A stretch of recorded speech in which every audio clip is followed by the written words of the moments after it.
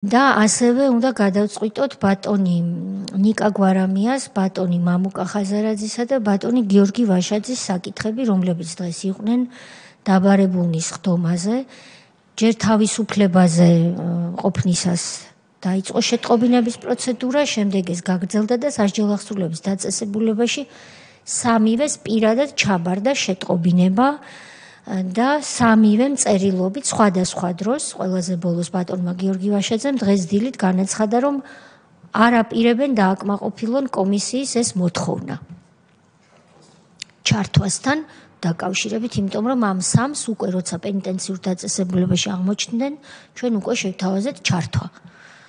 არ აპირებენ წერილობით შეგვატყობინა სამივემ, რომ ამ მოთხოვნას დაემორჩილონ და ეს არის მოთხოვნა სისხლის სამართლის კოდექსის 359 მუხლის გაგებით. ამიტომ პერიპეტიები და სხვადასხვა, ასე ვთქვათ, ცუდუბრალო მცდელობები, რომ რაღაცა ადმინისტრაციული სამართლის დარგში გადაიყვანონ კომისია არის წარუმატებელი. ჩვენ ვართ საპარლამენტო დროებითი საგამოძიებო კომისია, რომელზეც სისხლის სამართლის კოდექსი ამბობს, რომ არის მოთხოვნა, ის უნდა დაკმაყოფილდეს. თუ არ კმაყოფილდება, მაშინ ეს იწვევს სისხლის სამართლის პასუხისმგებლობას. ეს ორ ბლოკად რომ გავყოთ, ეს ორი თემაა გადასაჭრელი.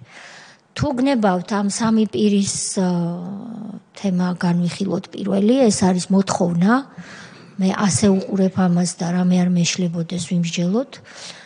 მოთხოვნა კომისიის, რომ მეორეჯერ გიბარებ და გამოცხადდი. პირველად არ დააკმაყოფილეს ეს მოთხოვნა და ხედავთ რა შედეგიც დადგა. როგორ მოიქცეთ? გადავაგზავნოთ პროკურატურაში თუ როგორ ვიქცევით? კაფეოდ ამბობენ, რომ არ აპირებენ გამოცხადებას და მე მგონი აქ კითხვის დასმაც კი გვაქვს სხვა რაიმე გამოსავალი, ჩვენ ვალდებულებიც ვართ.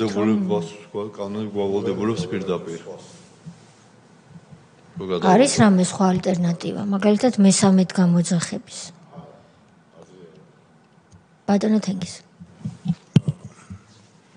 ვინაიდან ჩვენ სიცხლის სამართლებრივ დევნას არ ვახორციელებთ, ნებისმიერი ესეთი საკითხი უნდა გაუშვათ პროკურატურაში. ის რა კვალიფიკაციას მისცემს, ეს მისი კონსტიტუციური პრეროგატივაა. დიახ.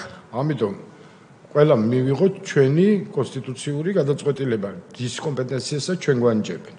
ჩვენ გვანიჭებენ, რომ თუ რამე ისეთია, რომელიც ჩვენი მოსაზრებით სისხლის სამართლის კოდექსის საწინააღმდეგოდ გადადგმული ნაბიჯია, ჩვენ ეს უნდა გავუგზავნოთ სისხლის სამართლის დევნის ორგანოს. ეს სულაც არ ნიშნავს იმას, რომ აპრიორი ის გადაწყვეტილება მიიღოს, ეს ჩვენი საქმე არ არის. ეს მათი საქმეა კონსტიტუციურად. ამიტომ ჩვენ მოიქცეთ ჩვენ ფარგლებში კონსტიტუციაში და პროკურატურას მივცეთ საშუალება მოიქცეს თავის კონსტიტუციურ ფარგლებში, რაც აქვს დაწესებული კანონმდებლობით. ხომ არ არის მოსაზრება, რომლის თანახმადაც არ არის საფუძველი შექმნილი იმისთვის, რომ ჩვენ ეს გადაწყვეტილება მივიღოთ გადაგზავნის შესახებ. თუ საფუძველი ყველა ვთვლით, რომ არის გადაგზავნის შესახებ, მაშინ რიგრიგობით ვინ არის მომხრე, რომ ბატონი მამუკა ხაზარაძის უარი კომისიის მოთხოვნის დაკმაყოფილების შესახებ გადაეგზავნოს შემდგომი განხილვისთვის, კვალიფიცირებისა და რეაგირებისთვის პროკურატურას, ვინ არის მომხრე? მიღებულია ერთხმად, ვინ არის მომხრე, რომ ბატონი გიორგი ვაშაძის უარი დაეკმაყოფილებინა კომისიის მოთხოვნა დღევანდელ ხდომაზე პენიტენციური დაწესებულებისთან ჩართვასთან დაკავშირებით გადაიგზავნოს შემდგომი შეფასებისა და რეაგირებისთვის პროკურატურაში, ვინ არის მომხრე? მიღებულია ერთხმად და ვინ არის მომხრე, რომ ბატონი ნიკა გვარამიას უარი დაეკმაყოფილებინა კომისიის მოთხოვნა დღევანდელ ხდომაზე ონლაინ ჩართვის მეშვეობით გამოცხადებასთან დაკავშირებით, შემდგომი შეფასებისა და რეაგირებისთვის გადაეგზავნოს პროკურატურას.